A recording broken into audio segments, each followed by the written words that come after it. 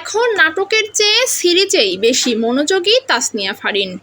যদিও কিছুদিন আগে কলকাতার সিনেমা দিয়ে বড় পর্দায় অভিষেক হয়েছে তার। সিনেমাটি বেশ প্রশংসাও কুড়িয়েছে। এমন সময়েও নতুন কাজের খবরে নেই ফারিন। আলোচনায় থাকছেন বিদেশের মাটিতে ঘুরে বেড়ানোর ছবি দিয়ে। অনেকেই মনে করছেন সিনেমায় থিতু হতেই কিছুটা বিরতি নিচ্ছেন এই অভিনেত্রী। যদিও বিষয়টি নিয়ে এখনো অবধি কোনো মন্তব্য করেননি তিনি। তবে এবার নিজের পুরনো কাজ নতুন করে সামনে আনলেন ফারিন। সম্প্রতি 1 মিনিটের একটি ভিডিও প্রকাশ করেন তিনি।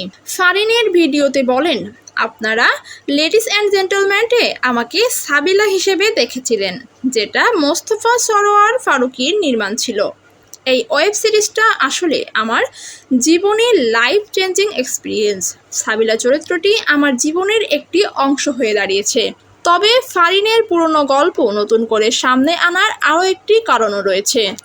সিরিজটি এর আগে জি5-এ মুক্তি পেয়েছিল, তবে এবার সিরিজটি নতুন করে দেশের OTT-তে মুক্তি দেওয়া হয়েছে।